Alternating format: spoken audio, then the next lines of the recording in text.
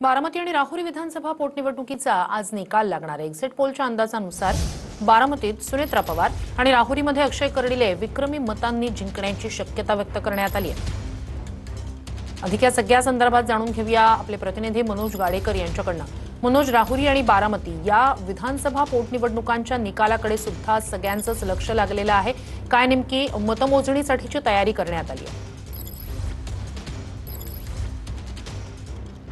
नक्कीच सर्वेमध्ये ज्या पद्धतीने बारामती आणि राहुरी विधानसभेचे निकाल दाखवण्यात आले त्यामध्ये बारामतीमध्ये सुनेत्रा पवार आणि राहुरीमधून अक्षय कर्डिले हे आघाडीवर असलेले चित्र जे आहे ते पाहायला मिळते आणि मतमोजणीला थोड्याच वेळात सुरुवात होते। मोठ्या प्रमाणात पोलीस बंदोबस्त जो आहे तो या परिसरामध्ये तैनात करण्यात आलेला आहे। राहुरी विधानसभेचं जर आपण बघितलं तर प्राजक्त तनपुरे यांनी निवडणुकीच्या ऐनवेळी माघार घेतली आणि त्यामुळे अक्षय कर्डिले यांचा मार्ग तसा सोपा झाला आणि त्यानंतर जे राष्ट्रवादी शरद पवार गटाचे उमेदवार आहेत गोविंद मोकाटे यांच्यातच प्रमुख लढत जी आहे ती पाहायला मिळते। मात्र अक्षय कर्डिले यांच्यासाठी दिग्गज नेत्यांनी सभा घेतल्या। मुख्यमंत्री देवेंद्र फडणवीस असतील, त्यासोबत प्रदेशाध्यक्ष रवींद्र चव्हाण असेल आणि पालकमंत्री राधाकृष्ण विखे पाटील असतील, अशा सर्वांनी प्रचारासाठी कसोशीने प्रयत्न केलेला आहे। त्यामुळे अक्षय कर्डिले यांचं पारडं तसं बघितलं जड आहे आणि किती मताधिक्य त्यांना मिळणार याकडे सगळ्यांचं लक्ष लागलेलं आहे।